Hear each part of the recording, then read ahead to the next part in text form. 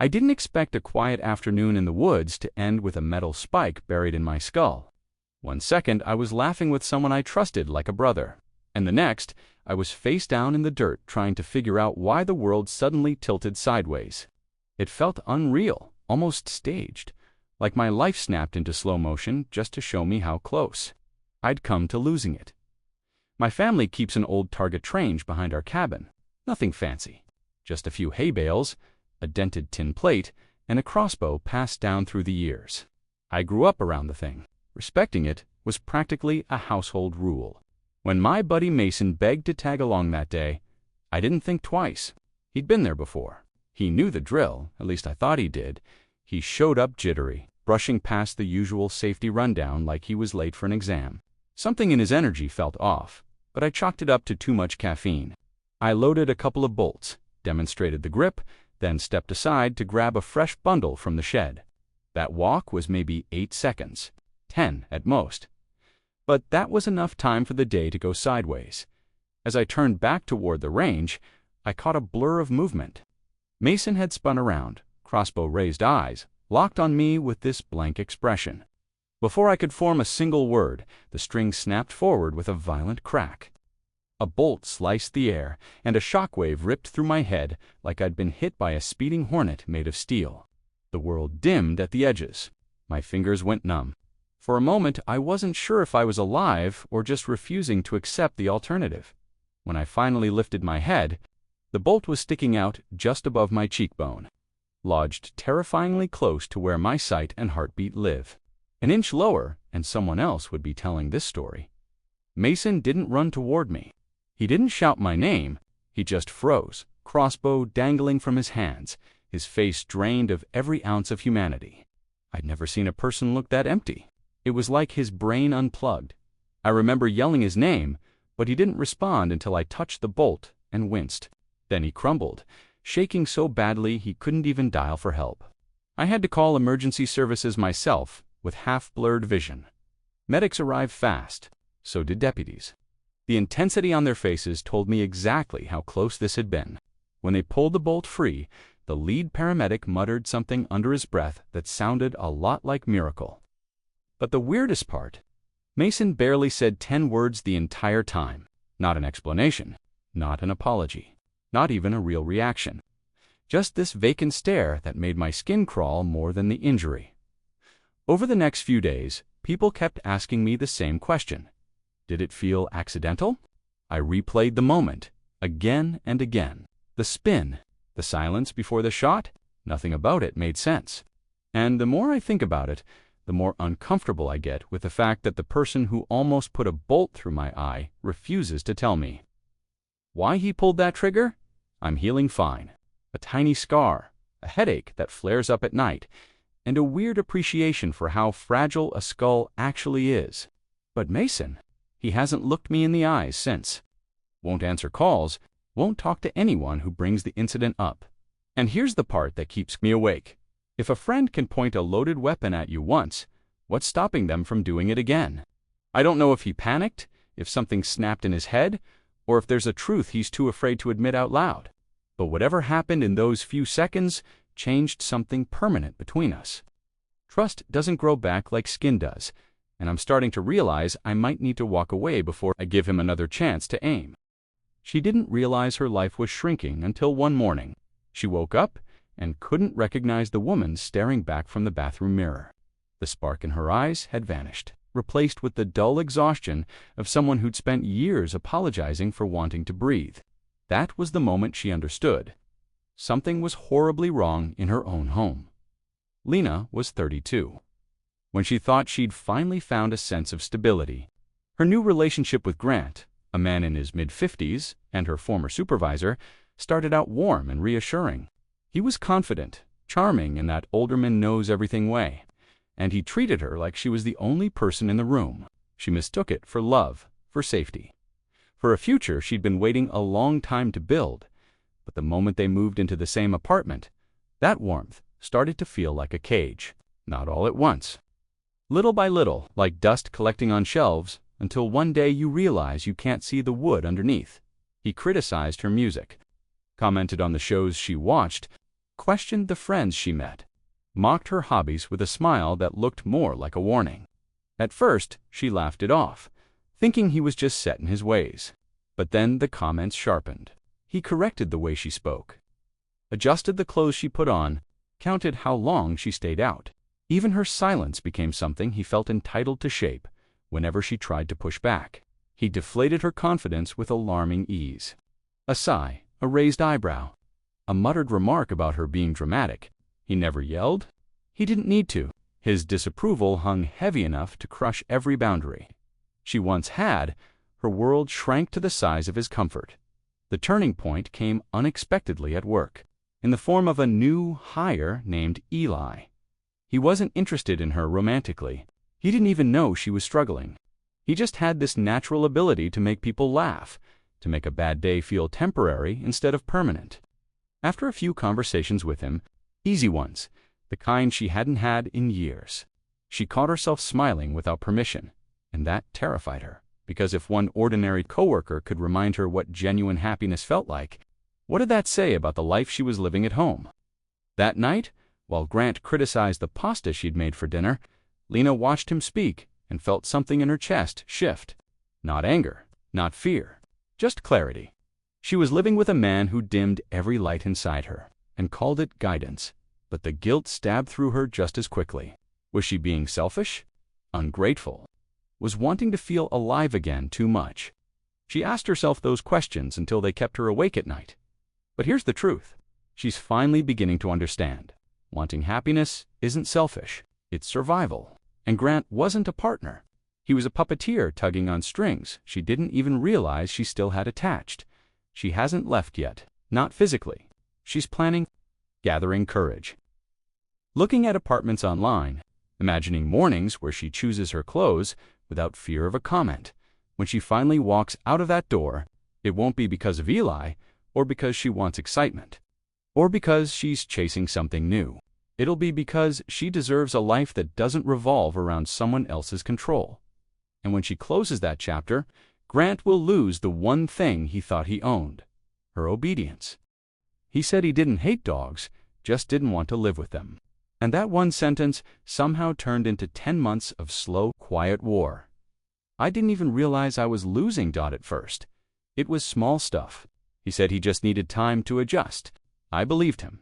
So I hired a dog walker, rearranged my work-from-home schedule, and spent more time out in the yard instead of the couch because he couldn't relax with all the barking.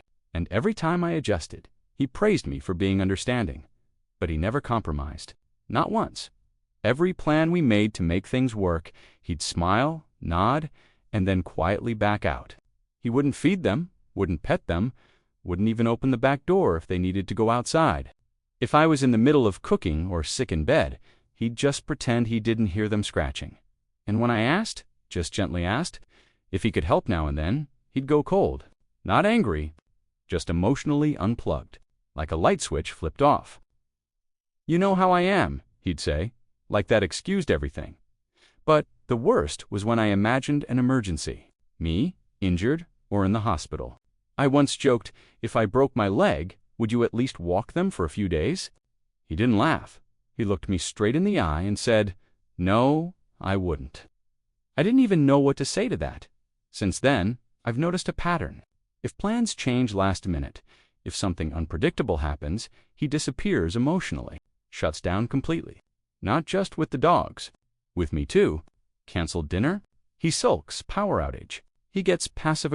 One time my friend called in a panic and I went to help. He ignored me for 2 full days. I thought I was being dramatic, overthinking, until a friend pointed out the obvious. This isn't about dogs, it's about control. He's not avoiding responsibility. He's training me to carry all of it, quietly, without complaint. Because the moment I push back, he punishes me with silence, with detachment, with the withdrawal of kindness, and now I see it. This wasn't a man setting boundaries. This was a man shaping mine. So here I am, standing in my own kitchen, leashes in hand, heart pounding, finally asking myself the real question. Not will he ever like my dogs, but why am I letting someone treat me like this just because he doesn't bark? She thought she was marrying a protector. Instead, She ended up living with someone who could track her heartbeat if he wanted to. And the terrifying part? He acted like that was normal. When Claire first met Mason, he seemed like the steady kind of man everyone dreams about. Calm voice, strong presence, the type who knew how to walk into a room and instantly take control of chaos. He worked in major crimes, and people whispered about his instincts. How he could read a stranger's intentions before they even spoke. She thought that made him safe, reliable, a partner who could keep her world anchored. But there's a thin line between protection and possession, and she didn't realize she crossed it until the door had already closed behind her. It started small. A suggestion about which coworkers she should keep some distance from. A question about why she liked certain posts online. A comment about her being too trusting. She brushed it off. He was in law enforcement. Maybe his job just made him cautious. But then she noticed how he listened during disagreements. Silent, still, almost rehearsed. One night, as she walked past his home office, she caught her own voice coming from behind the door. It was a recording she didn't remember him ever taking. Her stomach dropped when she saw the folder on his screen, labeled with dates. Dozens of them. Disagreements. Conversations, times she'd cried. Times she'd apologized. All saved like evidence. When she confronted him, he barely blinked. He said he liked clarity, that he needed records in case things got misunderstood. Over the next few weeks, the pattern sharpened. He knew things she never told him. He had opinions about friends he had never met. He made comments about where she'd been before she even opened her mouth. His phone pinged at strange times. He always seemed one step ahead of her plans, even the spontaneous ones. Then came the night he admitted he'd run checks on people she spent time with. Not for safety. Not because he cared about her well-being, but because he didn't want loose ends. Claire felt the walls tightening around her every day. Her friends sensed something was wrong, but she kept insisting everything was fine. She didn't want to believe the man she loved was turning into a shadow. She couldn't escape. The breaking point came during a conversation about their future. They were discussing kids someday, light-hearted at first, until his voice turned flat. He said that if they ever had children, he'd want full visibility every hour, every movement, constant monitoring. You can't trust the world, he said, and he wouldn't rely on luck. It wasn't about safety. It was obsession wearing a badge. Something in Claire snapped awake. For the first time, she saw him without the uniform, without the charm, without the illusion of security. He wasn't protecting a family. He was building a cage. She spoke to a counselor the next day. Someone trained to recognize patterns she thought only lived in movies. After listening for less than 5 minutes, the counselor said there was a name for what Mason was doing. Coercive control, not love. Not fear of danger. Control, the kind that escalates. The kind that isolates, the kind that becomes dangerous once you stop obeying. Claire is packing her bags now, not loudly, not dramatically, quietly, intentionally. She's leaving before the man, who solves homicides, decides to solve the problem of her independence the same way. And as she closes the door behind her, she finally understands the truth. A person who needs to monitor your world isn't trying to keep you safe. They're trying to make sure you never leave it. He never imagined the quiet woman he married would blow a hole through their future so violently that it felt like the floor vanished beneath him. One confession, one number, and suddenly the life he thought he was building wasn't a life at all. It was a trap covered in bright paint. Evan came home early that afternoon. Hoping to surprise Lily, 21 weeks pregnant, she'd been exhausted and emotional, and he wanted to do something small to make her smile. But when he walked into the living room, she was sitting at the edge of the couch like someone waiting to hear a prison sentence. Her face was pale. Her hands wouldn't stop shaking. "I messed up," she whispered. He thought she meant something simple. Maybe she broke a lamp. Maybe she overspent a little. But the longer she hesitated, the more his stomach tightened. Then she said the number. 30,000. For a moment, Evan couldn't even process it. $30,000. Gone. Lost to flashy apps and spinning animations on her phone. She swore that was everything. Promised she'd panicked, that she didn't know what she was doing. He wanted to believe her. He needed to, but lies have a second heartbeat. They twitch. They shift. They slip out again later, wearing a different face, and the next morning, the truth showed up. 60,000. Double the first confession. Double the damage. Double the betrayal. She hadn't just spent their savings. She'd opened credit cards behind his back, several of them, and drained them until the banks were the ones screaming for mercy. Statements, overdue notices, interest charges stacking like bricks being laid on top of his chest. Lily didn't even wait for him to react. She packed a bag, walked out the door, and drove to her grandmother's house because, as she put it, she couldn't look at what she had done. Evan stood in the silence she left behind, staring at the life they'd planned.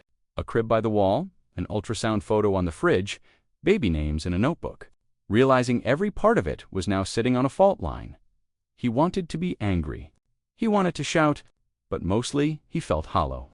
Betrayal hurts, but betrayal mixed with parenthood hits like a punch you never see coming. This wasn't just money. This was danger.